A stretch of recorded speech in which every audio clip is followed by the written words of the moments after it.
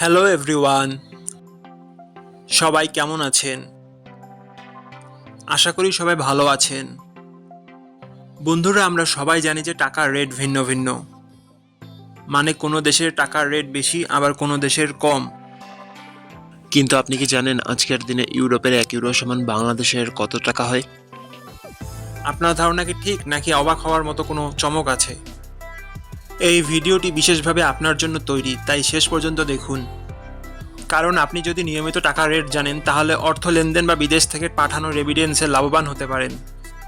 আজ মঙ্গলবার 24শে মার্চ 2026।